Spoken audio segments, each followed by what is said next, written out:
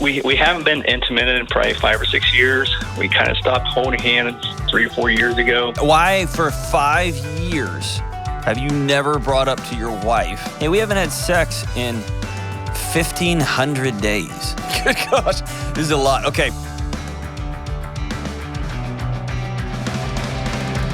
Hey, what's happening? This is John with the Dr. John Delony Show. Let's roll up our sleeves and get after it. We're talking about mental health, relationships, education, your kids, whatever's going on in your world, your marriages. Hope you're doing well. Hope things are going all right wherever you happen to be. If you want to be on the show, give me a shout at 1-844-693-3291. That's 1-844-693-3291. Or go to johndelony.com/ask, A-S-K. And James is on vacation. So we got Ben, the man, Kelly, even Jenna. Jenna got moved up. Front row Joe. It's awesome to see you there. All right, let's go to David in Clearfield, Utah. What's up, Brother D? Hey, John, you can hear me okay? Yeah, absolutely. What's up, man? So I got into a texting argument with one of my wife's family members, who I'm fairly close with. Basically, I was trying to figure out what was going on, and he told me in a nutshell that I'm super argumentative. I turn everything into a competition, and even went as far as to say is like I'm emotionally abusive towards my wife. And so I kind of sat down and had a conversation with my wife about it, and I basically asked, I said, is that true? Am I like that? And she said, not all the time, but yeah.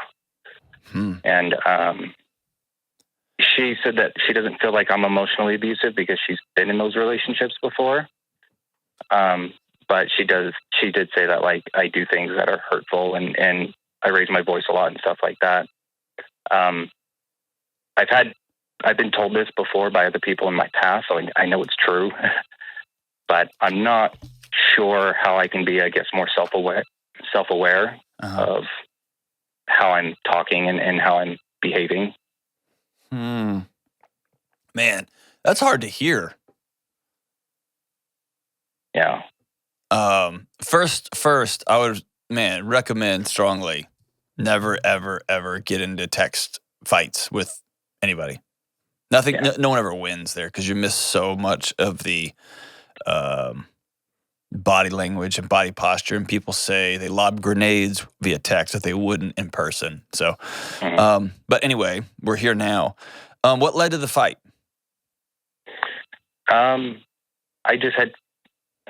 I felt like things were getting really tense between us, and I wasn't sure why. And so I had texted him because we had been texting, and I just basically said, hey, I don't know what's been going on lately. You seem like you've been more upset with me lately. If I've done something, just tell me. I'll try to make it right and stuff. But this didn't come out of the blue. Something happened. What happened? I don't know. A lot of we kind of banter back and forth and we'll joke with each other, but lately it's been like really hurtful and like really mean things. That you're saying to him or he's saying to you? That he's been saying to me. Okay. And I thought maybe I was making it up a little bit, but then my wife started to notice it too, and she brought it up. Yeah. And so I was like, okay, maybe I should try to air up the laundry here a little bit and figure out what's going on. Okay. So a couple things here. One is, it feels like your wife, well, number one, good for your brother-in-law, because he doesn't like the way some guy is treating his sister, right? So I'm glad I wish he'd come up and directly said something to you instead of being passive-aggressive and throwing little cheap jabs here and there. I wish he'd come up and had a direct confrontation with you, not in a fist fight kind of way, but in a, hey, don't talk to my sister like this, or why are you, I'm struggling. You said you were really close to him, and so you deserve that conversation that he didn't have, but it's out there now. It also sounds like your sister has not felt safe talking to you about stuff, but has circled around and gone and talked to her brother about you. How did that conversation go with your wife? Like, she confirmed some of the stuff he said, and she tried to soften it a little bit because she's got to live with you. He doesn't. What was the nature of that conversation? Did she feel, was there a relief that she's finally get to say this stuff out loud? Was there a sense of trepidation? She was nervous to tell you stuff? I don't know if she was nervous. We had kind of this conversation before earlier in our relationship, and I thought that I had been doing better because it hadn't come up in a long time, but then it reared its ugly head again. Okay. But I felt like the conversation actually went really well. It really started a healthy conversation, and so I've been trying to do things to work on, myself. But okay. I felt like the nature of the conversation was actually really good. Okay. So whenever we say things like overbearing or emotionally abusive or too competitive, those are grenade words, not helpful to me. So be specific. You said what your brother-in-law said is true and what your wife said is true. So give me some examples. Where are you competitive to the point that you're crossing a line? Well, that's kind of my issue is I don't know. And I asked my wife, I asked her, I said, can you give me a specific example of a time I've been too competitive? And I haven't really been able to get a clear answer on that. All right, so let's dig in. When somebody's got a story or a one time I did this, are you a guy that goes, oh yeah, well one time or is that you? Are you a one-upper? I don't know. Yes, you. My problem is Like, can somebody tell a story about the scariest time they almost got in a car wreck and you just sit there in silence? Or do you have to say, oh yeah, one time I got in a car wreck? Yes or no? I probably do that, yeah. Okay. Do you talk about money? Who's making what at family events? Do you ask your brother how much he's making? No, I try not to talk money. I don't like those conversations. Well, where else would somebody else might consider you competitive? Are you like meet the Fockers, or do you like get crazy at volleyball games? You know what I mean? At family volleyball games or whatever. Like, where's this competitive thing coming up? With sports, I think I'm fairly competitive. Okay. Like we went bowling together, and I was having a good game. I was getting really excited, and I wasn't trying to be mean about it, and I was trying to cheer everybody else on too. But I can see where in that situation, I probably was pretty overbearing. Okay, so be specific. What is kind of probably pretty overbearing? What, be specific. Were you yelling at people? Or were you suck it? Were you in people's faces, pouring beer on them? What were you doing? just being loud and kind of rambunctious. Okay. Clearly, and nobody else was. Yeah, I think that's fair. Okay, all right. What about emotionally abusive? Your wife confirmed that. She said, I wouldn't call you abusive, but yeah, you go too far. You said you raise your voice. Are you someone who yells a lot? Yeah, I have kind of a loud personality. Okay. And that's the thing that kind of worries me the most, I think, is because I'm not being mean, I guess, when I raise my voice, but it comes across mean. Okay. I'm easily excited, so regardless of the mood or anything, I'll raise my voice. It's something I've always done, I guess. So hear me say that yelling at somebody in anger is abuse. Mm-hmm. So if you get mad, if you get angry, you get frustrated, and you start yelling, you yell at your wife, you yell at your house, you yell at your brother-in-law, you yell in the house at somebody and your wife's sitting there. If you got little kids in the house and you're yelling, that's trauma. That hurts people. Mm-hmm. If you're just a loud guy, and this is the pot talking to the kettle here, I'm a loud guy too. Here's what was an important shape-shifting moment for me. That my intention often doesn't matter. Mm-hmm. That if I want to really love people, especially my wife, but if I want to love my friends, if I want to love my community, if I want to love Ben and Kelly and everybody in the booth, then I'm responsible for making sure I can be heard and making sure I'm a safe place to be around. And it's very countercultural to talk like that, because the culture says, you just be you, bro, and everybody can adjust. That's stupid. If I am too much, then the world will respond by leaving me completely alone. And so I value relationships and other people feeling safe around me. And so I work hard to bring it down a notch. And bring it down a notch for me is bringing it down many notches for most people, because I'm a lot, right? There's something here. If I can be honest with you, I don't like how you're being kind of aloof. Mm-hmm. Well, I don't know, man. I guess it's just maybe. You've got two people who love you and that you love in your life telling you that you hurt them. And you say, yeah, I believe them, but I just don't know, man. I'm not buying it. I don't know if it's a protective thing you've set up or just kind of a way you get through life. Be honest with me, man. I'm just not very self-aware, I guess. I don't know. I know you don't want me to be aloof, and I'm not trying to be. I don't know what the actual issue is and why I tend to, I guess, get loud in certain situations or to get competitive or argumentative. I don't know. Okay.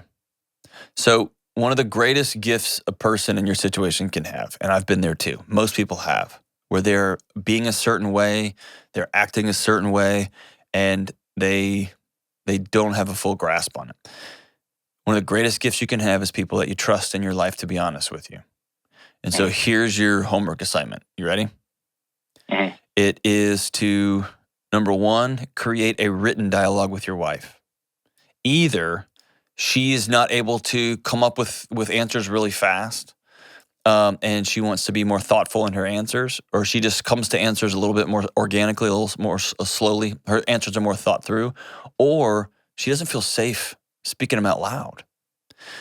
Often in that situation, people will write them down or offer to say, "Hey, I'd love to go to a marriage counsel. I want to be better at this, and I've created a world where you don't feel safe, and it makes me sick to my stomach that I'm doing that to the one person who I love more than anybody else. Would you go talk to somebody with me?" And let her.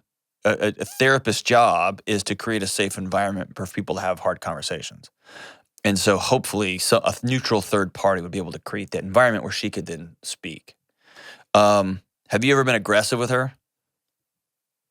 As far as physically or just verbally? Both. I've never laid a hand on her, like, ever. Okay. I've never cussed at her. We've never gotten into like a screaming match. Like, we've had arguments, but we've never like screamed at each other or anything like that. All right. And so the next thing you do is I want you to have a conversation with your brother-in-law in person. Tell him, "Hey, I want to go out for drinks. I want to go out for coffee, whatever. I'm buying. I need some help." Start that way. I need some help. And I would tell him, "Hey, number one, sorry for doing this over text. I should never have texted you this stuff in the first place. I should have just met with you in person. I'm sorry.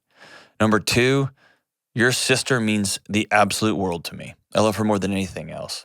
And it hurts to find out from somebody I respect and I love too that you feel like I'm abusive, that I'm too competitive, I'm hard to be around. Will you help me? Because I don't see it and I really need some clarity in my life." That sort of humility is going to open you up. And I want you to take a pen and something to write on when he's talking and write that stuff down. And like you did with your wife, ask, "Can you give me an example, man?" And if he's right, or let me put it this way, this isn't the conversation to go, "Yeah, but," this is a conversation for you just to listen. And maybe you tell him that. "I'm not going to refute anything you say today. I just want to listen. I'm about healing this, and I clearly have some work I need to do on me, and I need somebody that I trust to help me be reflective because I'm missing it." And hopefully he's a person of integrity and he'll have that conversation. Do you think you will? Yeah, I definitely think you will. And then the third one, so you got your wife, you got your brother-in-law. Those are the two who've been involved here. Do you have a mentor, a boss that you trust, or a team leader at your office that you trust, or a couple of friends that you've known for a long time that you trust? I do have a friend that I could reach out to. I would love for you to reach out and say, "Hey, all right, here's hard conversation. I've gotten some feedback from some folks in my life that I love, my wife, and that I'm too much, that I'm overbearing, I'm overly competitive. I'm even, like, one of them called me emotionally abusive. Like, I need you to be honest with me." And I've had this conversation with friends of mine in the past. Trevor, Craig, Todd, Kevin, Michael. I could name them in my life who I've gone to. Jean Noel. I've talked to folks and have asked for some direct feedback. And it was really hard to hear in certain seasons of my life. And it was a great, great gift. Your friends might lie to you and be like, "No, bro, no. Like, it's all good. Forget them. Screw that guy." Hopefully they'll be honest and be like, "Yeah, dude, you know it." And here's the thing. My buddies, when I've asked for feedback or, "Hey, I'm struggling with this. Am I not seeing this right?" Dude, they're like, "Are you serious? How do you not know that every time we play a game, everybody gets out of the way because you're," you know what I mean, or whatever the thing would be with you. But they're real direct with me, real direct. And it's changed my life. And so At this point, if you can honestly look in the mirror and say, I believe they're telling the truth, but I don't see it, then your job is to go with people who will be reflective with you and will tell you the truth. And your job isn't to fight it or refute it. It's to lean into it. And then here's what we're going to do. You're going to have a pile of information when you get done. All right, David, you're going to have a bunch of stuff here, like this and then that and then that. Then you're going to be about working on it. So I'm going to do you a favor. I'm going to give you a copy of Own Your Past, Change Your Future. It's my new book coming out. I'm going to give you a copy of it because it's going to walk you through what do you do next. One of the cornerstones of that book is you have to own reality. I didn't want this, but here's where I am. Either what I'm doing, what's been done to me, here's where I am. And then what the heck do I do now? And so it will walk you out. So hang on the line. I'll send you a copy of it. And then you might need to call somebody. Whether you reach out to BetterHelp and they pump it into your house for therapy, or you reach out to a local therapist in your community. You may need to sit down and say, I've got a long history of this behavior. My guess is you getting loud is a way to keep people off of you. It's a protective measure. Your overly competitiveness is because somebody told you somewhere that you don't have a lot of value unless you're in first place. And you have created value for yourself by being loud, by being the guy and all the stuff, and I win, haha, in your face. And your way you protect yourself ends up, let me say, like the way you have developed coping mechanisms to take care of yourself, you end up forcing people away from you, which just reinforces your coping mechanism. So you get louder and louder and louder. And then people get further and further away from you until one or two of them finally snaps, like your brother-in-law did. So what you're going to have to do is learn new coping mechanisms. And usually coping mechanisms start with you looking in the mirror and saying, I'm worth something better than this. I'm worth something more than this. Because I'm tired of being loud. I'm tired of being the guy's got to be, I'm tired of being that guy. I want to be able to just sit and hold my wife's hand. I want to be quiet. I want to be loved. I still like laughing. I still like being silly. I still like being, the belle of the ball, but I'm worth more than this. So give it a shot, brother. Give it a shot. We'll be in your corner. I want you to reach back out to us and let me know how that call went with your brother-in-law, with that conversation you're going to have, that in person.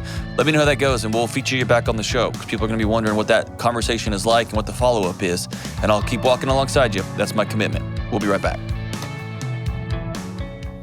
Do you want a better life, a better marriage, better mental and physical health? The single most important action you can take to improve your mental and physical health, to change your entire life, is to get enough deep, restorative, quality sleep. I know this from research and as a guy who has struggled with sleep for my entire life. And for me, good sleep starts with a world-class mattress. That's why my family sleeps on DreamCloud mattress. DreamCloud is advanced technology, and you can buy it in the store, or you can do it like I did and have it shipped directly to your house. DreamCloud is running their biggest offer ever exclusively for Dr. John Delony Show listeners. $399 in accessories, plus an additional $250 discount. That's a total of $649 in accessories and savings. Pillows, mattress protectors, luxury sheets, all of it. It's time to stop sleeping on your old college mattress or the old hand-me-down from grandma and start changing your life. Visit dreamcloudsleep.com/Delony or Dreamcloud Sleep and enter promo code Delony and get your new mattress today. All right, we are back. Let's go to Sarah with an H in Dallas, Texas. What's up, Sarah? Hi, Dr. John. How are you? I'm doing well. How are you? We are having a party. That's not true. We're not having a party at all. We're hanging out. We're working. We're working, having fun. So what's up? I love it. So I am, little backstory, I'm 36 years old and going on 37 this summer and single. Have had a pretty horrible dating experience the past few years and have been thinking more recently in the past year or so about how I do want a family and taking the age into consideration and just my history, with dating, that it could possibly be something that I would want to do or kind of end up doing on my own in terms of having a child. And I've been looking into fertility options and potentially considering a sperm donor.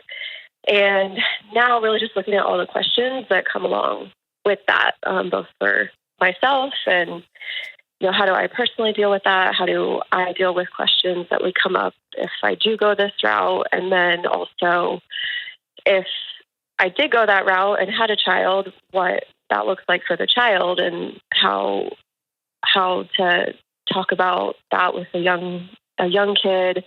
Is it even smart to have a child without a father? So I just have a lot of questions and things to come up to consider.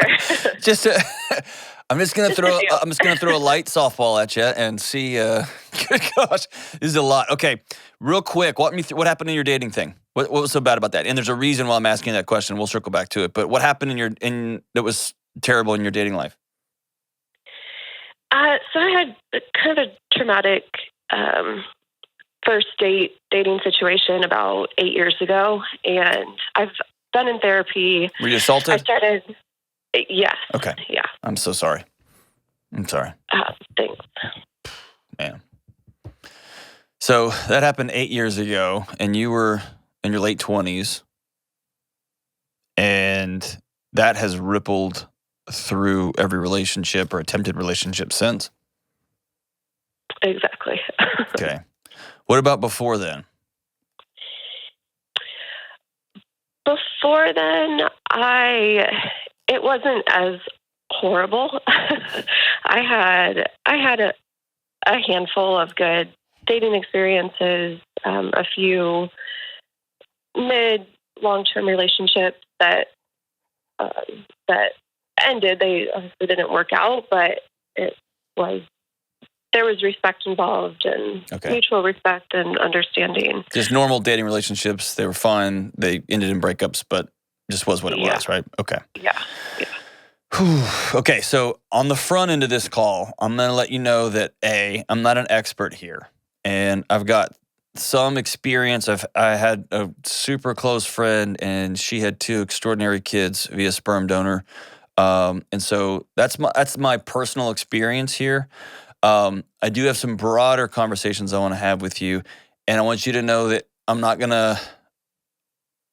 I am intentionally trying to walk alongside you. So if I say something the wrong way, or if I say something that comes across like I'm against you, please hear me say that's not what I'm trying to do. Okay? Mm-hmm. All right. So my first red flag here is how hard it was for you to get right to the point and say, I'm thinking about having a kid with a sperm donor. And the reason that's a red flag for me is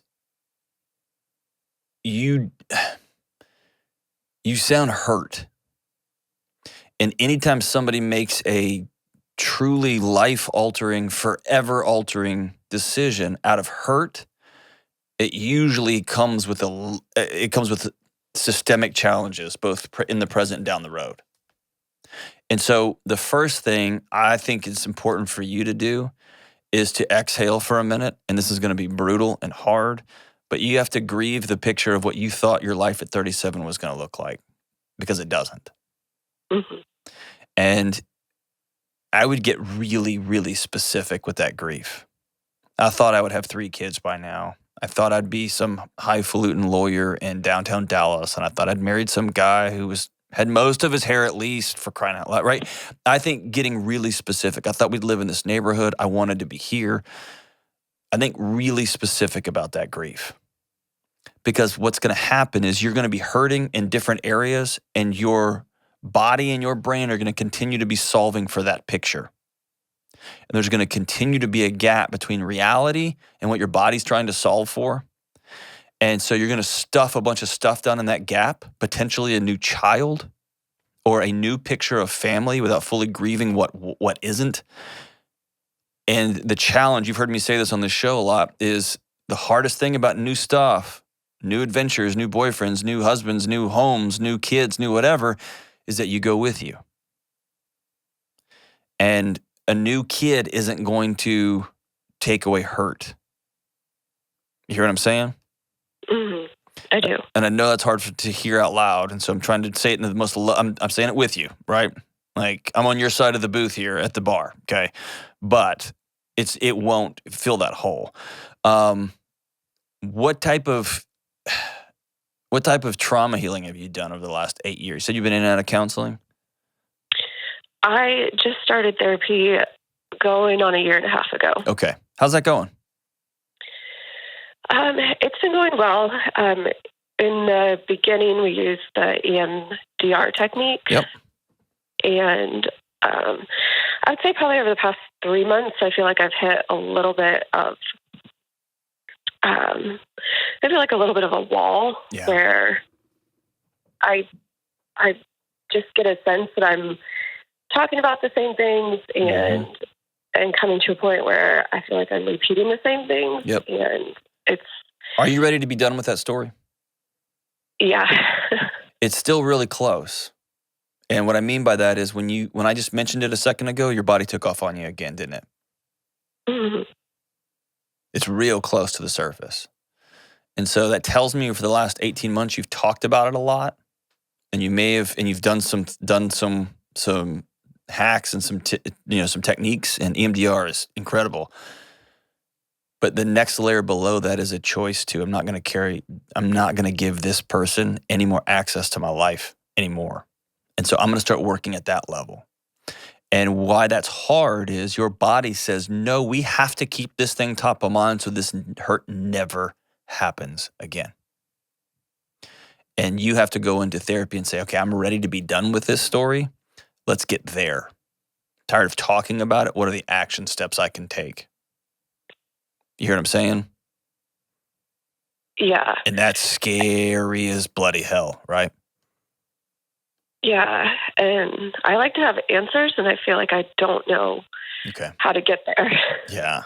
It may be time to see a new counselor. And that sucks because that means you have to tell the whole story over again. You got to go through all the stuff again. But letting somebody who's a world-class therapist in your community, letting them know, hey, here's where I've been, and I'm ready to take the next step and be done with this. And not that you're ever going to be done with it, but I want to be able to remember what happened and not cry and not have that be the top of mind. I want to be able to remember what happened and not all of a sudden my hands are sopping wet and my heart's racing on me. I want to be able to tell somebody what happened because I'm going to meet somebody. I'm going to tell that person, hey, this happened one time, or I'm going to drive through that neighborhood and my body's going to start screaming on me. That's what healing looks like. Not that you forget, not that you're still not pissed off, not that all that. But it means that your body goes, oh, no, we're okay now. We weren't then, but we're okay now. That's what we're aiming for. Okay? So that's an aside here. Let's get back to this question you asked me. The way I've seen it done, and I got to say, like, she's a close family friend, and she's a brilliant scholar, and I didn't call her before here, this call, so I don't want to use her name here, but here's how I saw her approach it. And her kids were incredible. They played with my kids. They were awesome. She was real open with them. I mean, it was as open could be. I chose you. I went to a place and I chose you. And was definitely challenges with only having one parent in the house. I mean, being a single parent is tough, and all the data will bridge that out. And so I think that's a separate phone call for me and you to have someday. But yeah, it's hard. Being a single parent is really hard. It just is. Both financially, both emotionally, both psychologically, both just having some people in your life to help carry that load. It's hard. Millions and millions of people do it, and millions do it well, right? But it's hard. But man, she just was pretty direct. Her kids knew that they came from a donor, and they had some info on them.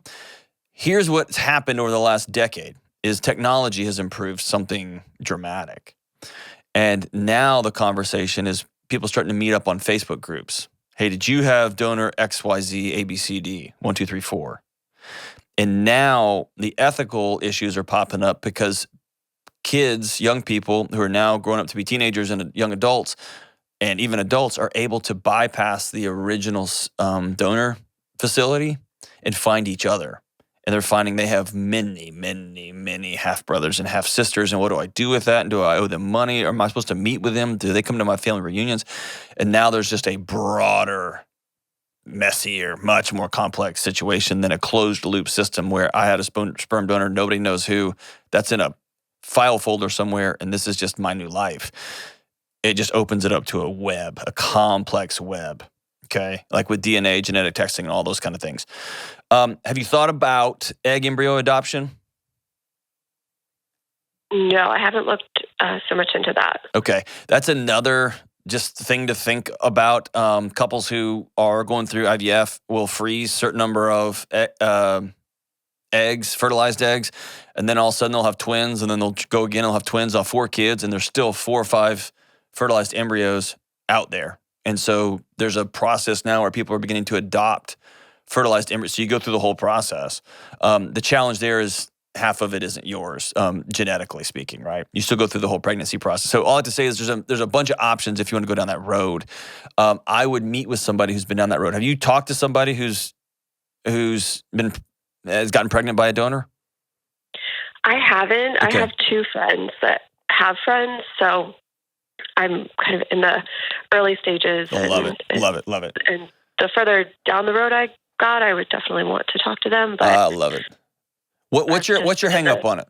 What are you nervous about? I think for me, it's more about the child and them going through life with questions of, why they were chosen like this, who their father is, do they ever find him? Do they find half brothers and sisters, those sorts of things, and what kind of psychological impact that would have on. I've seen a them. movement in the adoption world towards more open adoptions because we're getting less and less such thing as a closed adoption. Because the technology is allowing people to find each other. So I think down the road, yes, there will be the ability for your child to find donor father, donor dad. There will be an ability to find half siblings all over planet Earth. Like that will be built into the system. What I can't do with any sort of integrity is speak to I don't have any data. I don't know of any data on the psychological the psychological well-being of kids we're just on this technology is just relatively, we're just a couple generations into this technology. And so I don't have any data on that. I think your best bet would be to sit down and talk with people who have experienced it, have walked through it. What is their experience with their kids? What are the hard questions their kids ask? And by the way, all kids ask hard questions. All of them do. And there is I've read a little bit about, but not enough to be statistically sure of myself about kids who have been adopted have this, what they call an original heartache, that question that haunts them. What was so bad about me that my parents didn't keep me? And one of the things I've heard over and over from folks who've adopted is they're continually having that conversation. You don't understand. I chose you, right? And so they're continually closing that loop. And some kids do great, and some kids struggle with that. I think, that's just kind of part of the deal. That's just part of living in a screwed up world, right? A hard world. But that'd be my recommendation, to sit down and have those hard conversations. I can't answer that question for you on the psychological state of kids and whatnot. I'm more concerned on this call with your well-being right now. And you don't sound like you're okay. And you can tell me I'm wrong. Be like, Delony, I'm fine. I'm doing great. No, I appreciate you saying that. Yeah. Am I wrong? Am I wrong? You're not wrong. You're not wrong. Okay. All right. I say this all the time, and Sarah, I hope you'll trust me. You are worth being well. And you're worth going to sleep, and you're worth thinking about your past without your heart rate taking off on you. And you're worth being loved recklessly, all those things. And I hate that somebody hurt you. And I hope if your dream is to become a mom, I hope that happens for you. And I hope it happens in the way that you have a picture of what that's going to look like, and that you're able to fulfill that picture. And I hope you'll do the hard work of having hard conversations with people who are trying to become parents in non-traditional ways, because that wisdom there is going to be invaluable. Will you call somebody new? I will. For you? Not for me, but for you? I will. You promise? I promise. Can I tell you that you're one of the bravest people I've talked to in a long time? Thank you. And when you have a little baby, I want you to send me a photo, okay? I will. And I also want you to reach back out, and you either email, you can, you're not supposed to slide into my DMs, right? I don't think you're supposed to do that, yeah. Just send me a direct message on the internet. But let me know that you called somebody, a new counselor. Okay. I will. You will? I will today. Oh, Yeah. You're so brave. Thank you for being strong. Thank you. Hey, we'll be right back. For too long, we've avoided the hard conversations about mental health, relationships, and the food we eat. And I don't want it to be true either, but it is. The quality and quantity of the food that we put into our body, it matters. And oftentimes we're forced to decide between cheap food that's good for our budget or expensive food that's good for our family. But there's a company that solved the problem. Greensbury is a family-owned meat provider working with farmers and fishermen all over the country. They sell organic grass-fed beef, free-range poultry, pork, lamb, bison, and sustainable seafood. Their meat is less expensive than what I can get at the grocery store right down the street, and they deliver it to my door. Now listen, I'm a lunatic about meat quality, and this is the stuff I feed my family. So go to greensbury.com/Delony and you'll get 10% off your first purchase. Check it out today. Your nutrition is worth it. We are back, and let's go to Scott in Columbus, Ohio. Hey, what's up, Scott? Oh, not too much. How you doing today, sir? Not too much either, man. Y'all doing well? Yeah, all right. This is my lunchtime, so always a working lunch. Well, thanks for hanging out with me during your lunch hour. So what's up, man? How can I help?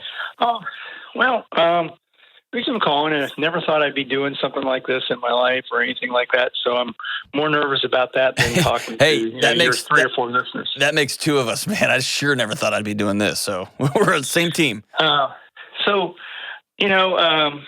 My wife and I have been married for about 10 years. Okay. A little over 10 years now. And, we knew going in that we were kind of very opposite people. She had a lot of stuff growing up. Her dad was alcoholic. She had, verbal abuse. Her mom passed when she was 12. And she struggled with that stuff early on in her adult life. And, but she kind of got that under control. And for me, I got a pretty good upbringing, and didn't have any of that type of stuff. But I kind of wandered around myself in my early 20s, kicked around, all that stuff. Went into the Navy at age 27. All those 18-year-olds thought I was really old, and so I felt like I've had a couple different lives, and as the book goes on. Very cool. And in my 40s, we met. It was my first marriage. It was her third marriage. We got married, and we worked pretty well together and that type of stuff. But the last few years hasn't been quite the same, and I don't know if it's just our differences kind of came to a head, or we just grew apart a little bit. But I wrote a few things down. Kind of that's what I do when I get ready for an appointment or something like that. Good for you. We haven't, like I said, we were raised very differently. I'm just going to read down this. We haven't been intimate in probably 5 or 6 years. We kind of stopped holding hands 3 or 4 years ago. So by intimate, you haven't had sex in 4 or 5 years, 5 or 6 years? Yes. Okay. Yes. All right. We did a little kiss in the morning, but we haven't done that in about a year. And just sort of settled into, it seems more like a partnership, roommates, than we are a married couple. And, part of me, I'm 55, so it's kind of like, okay, well, together we do okay, monetarily wise, we can do stuff, and, some things we do real well together. But the last few years has been kind of a challenge because she's kind of on the opposite political side of it, but it's more than that. If it was just that, if that was a big thing, we would never have gotten together in the first place. Mm-hmm. So I've always kind of been more in between and, open mind. I think that's the best way to go with that type of stuff. But, I hear you talk a lot about people diving into the phones, being on the internet. And to me, that's kind of what she's done. It seems like I don't know if you call them conspiracy theories or anything like that. She considers, it seems like everything's a fact. Just see if I can read. She spends all the evening. She goes into the room probably around 7 o'clock and just sincere phone and stuff like that. You know, she says the president is not really a president. The former president's really the president now. The current president's never been to the White House. There's a cabal controlling everything for the last 20 years. Silver is going to go up 4,000%. Continue. I'm taking notes. I agree with everything. Continue. Okay. All right.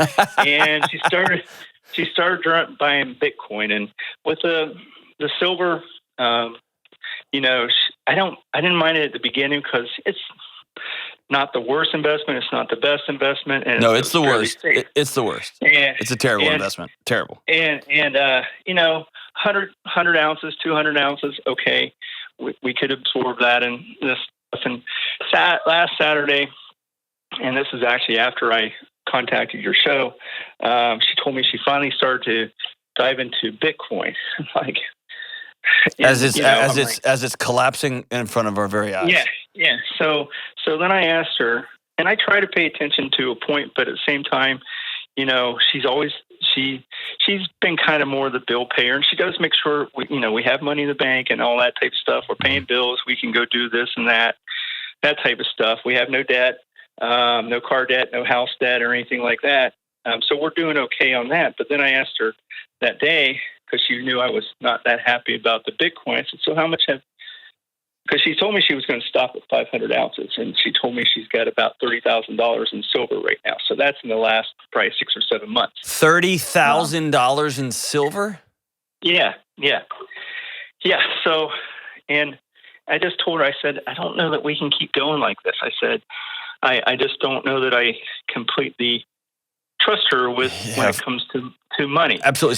So bring me to a head. How can I help? It sounds like there's a lot here. Well, I'm trying to figure out, I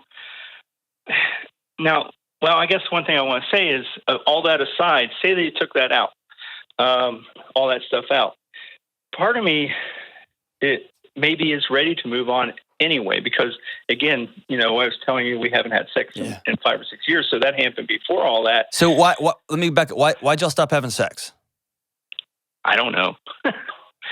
We never talked about it. So why for 5 years have you never brought up to your wife, hey, we haven't had sex in 1,500 days? I can't answer that, and I'm kind of a guy at work and stuff that I'm always feeling I can usually find a solution to things, and it's hard for me, or maybe it's right in my face and I'm just ignoring it. And so I thought I'd reach out, and sure. I am going to do a little bit more than this. I've already got that started set up. Awesome. Through our EAP program. That's awesome. Good. I'm glad you're reaching out to somebody. All right, so let me jump in here. First is, I hear somewhat of a resignation. I'm 55. We're making good money. I'm tired. There you go. You're tired. And your body is checked out. Another word for that over time is depression. Your body just said, I'm out. And something has begun to stoke the fire a little bit. Your body's beginning to feel not safe because your money is going out the door now. And so I want you to hear me very, very carefully. You deserve a rambunctious, chaotic, hilarious, intimate sex life at the age of 55. Okay? Yeah. I don't really know. We haven't had sex in 5 or 6 years, and I just never even asked. Never even talked about it. I just like to find solutions on my own. When I can't find them, I just kind of just move on. Brother, you're worth more than that. She's worth more than that. Right. And, she said it, we've had, a few discussions with everything, and she's told me that, maybe she needs to go find like-minded people. And, I want to say back, like, maybe you should, because it's just, so, and maybe that is the right answer there. Maybe, but me and my wife are radically different on different things. And I've got friends in my life that laughingly and lovingly and mockingly call me their hilarious liberal friend. And I've got friends in my life who are like, oh God, here comes Delony, super conservative guy. because I've got different thoughts on different topics, and we've just bifurcated the world in some stupid this one or that one.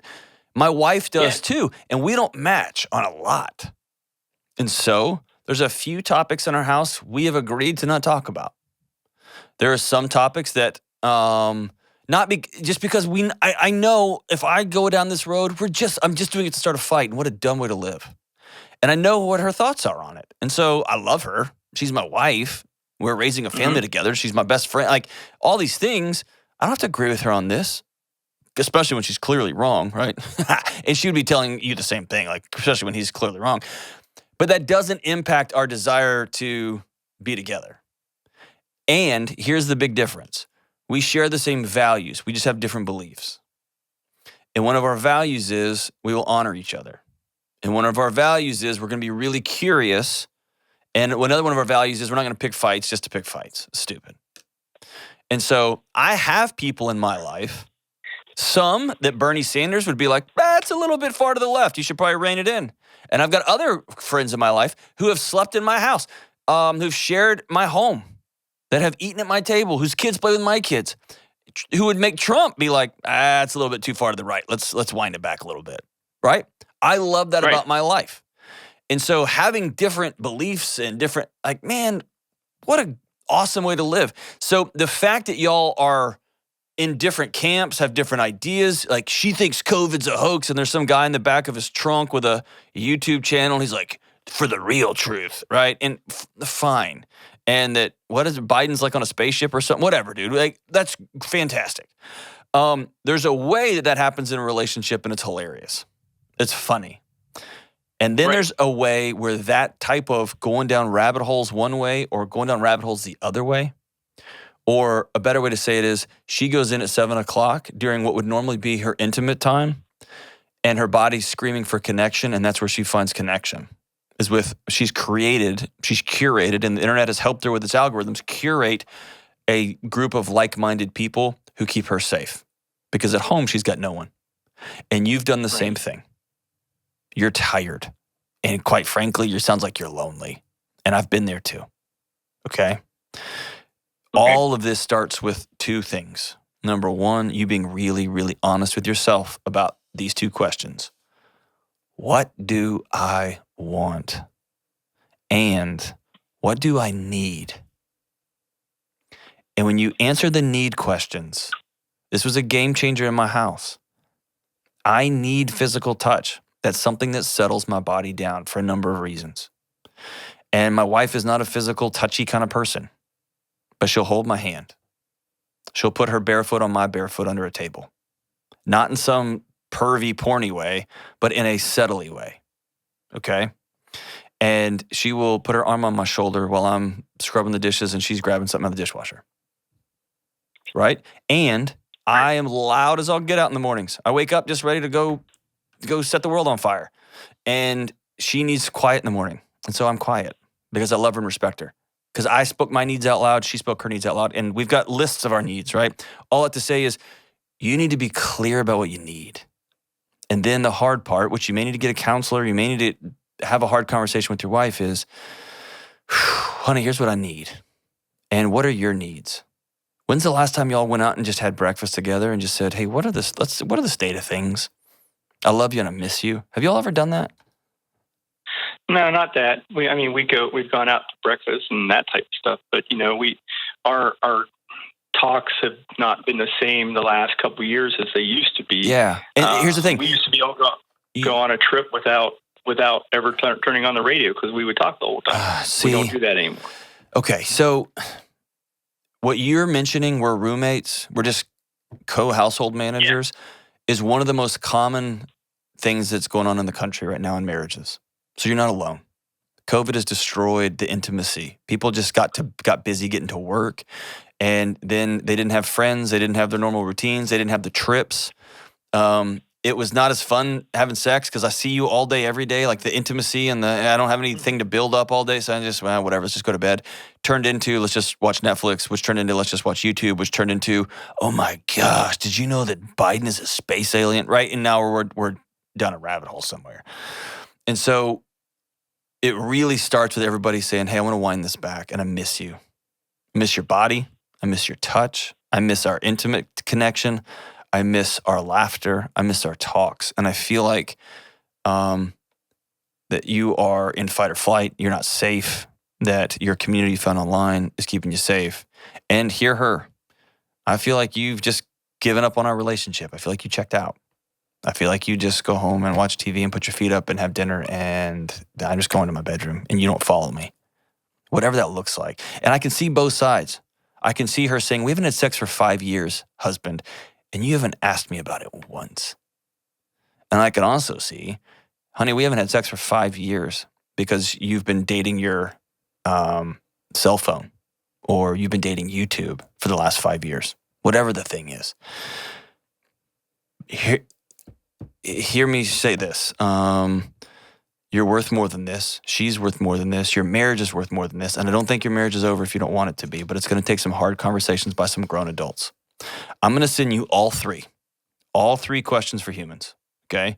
What they are, it's for when people have lost connection. It's a deck of cards I made up, man. They're nothing special. Actually pretty cool, but it's 3 decks of cards, and I'm going to send them to you. I'm also going to send you my new book. I want you all to read it together, okay? Own Your Past, Change Your Future. I'm going to send that to you too, because both of y'all got some stuff going on, and both of you have gotten off of the path that y'all were supposed to be taking together. And this book will help you get back. But these 3 decks of cards, questions for humans, it's just going to help, man. It's going to be something to reintroduce conversation together. It's going to reintroduce intimacy together. The deck for couples, the deck for folks who are like you, who are married and kind of gotten off, man, Merry Christmas. This deck will help you come back together if you'll allow it to, okay? I want you to use this stuff. And I want you to be ready to have hard conversations. But before you do, what do you need? And what do you want? Scott, you're a brave man. Thanks for calling. I know this is hard, man. I know you're tired. I want you to tell you that you're worth getting back up.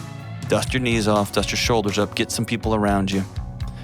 Let's get back into this thing, man. You're worth more than this. We'll be right back. For the past 2 decades, I've worked with students, parents, those on the margins, and those who seem to have everything. I've met with law enforcement, military folks, struggling single moms, company presidents, and everybody in between.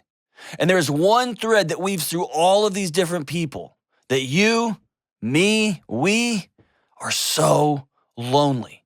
We don't have real, in-depth, safe relationships. And hear me say this, you cannot be well alone. You can't do life by yourself. You got to get connected to real life people and have deep relationships. I'm talking relationships where you can be yourself, share hard things, and know you'll show up for one another. In my new book, Own Your Past, Change Your Future, we'll walk through a not-so-complicated approach to relationships, mental health and wellness, and getting connected, because it's a key part of living a good life. You'll learn why shallowness and loneliness are so dangerous. You'll even learn how to start making real friends. So go to johndelony.com to take the next step towards wellness. That's Own Your Past, Change Your Future at johndelony.com. All right, we are back as we wrap up today's show. The song of the day, man, one of my favorites. It's off the Southern Harmony and Musical Companion record out in 1992, making me feel like I'm 1,000 years old. It's by the great Black Crowes. And the song is called Sometimes Salvation, and it goes like this. To lessen my troubles, I stopped hanging out with vultures and empty saviors like you. I wish I had a nickel for every miracle that you easily tricked me into. You can lead a horse to water, but faith is another matter. So don't you surrender, because sometimes salvation comes in the eye of the storm. I've no time for accusations or conversations on all the bad things you do. Just a note from your jailer, drugs, and the relations to all the people around you. I've kept secret your superstitions and on all its twisted wisdom that I fell into. Sister, can you try and find me? That's what we're doing here, man. I'm trying to find you. We'll see you soon. Coming up on the next episode, if your milkshake brings all the boys to the yard, I'm glad you're with us. My whole life, I've had this narrative for my mother that my father, who had, he passed away, my husband was at work and he got a call from a stranger. Turns out he is claiming to be my father. Whoa. I'm struggling in relationships, with friendships, and I get all the time people saying, Giselle, you're way too nice. You don't speak up. You don't say what's on your mind, and I just feel paralyzed. They are more of the type of people that like to hit up every happy hour every day.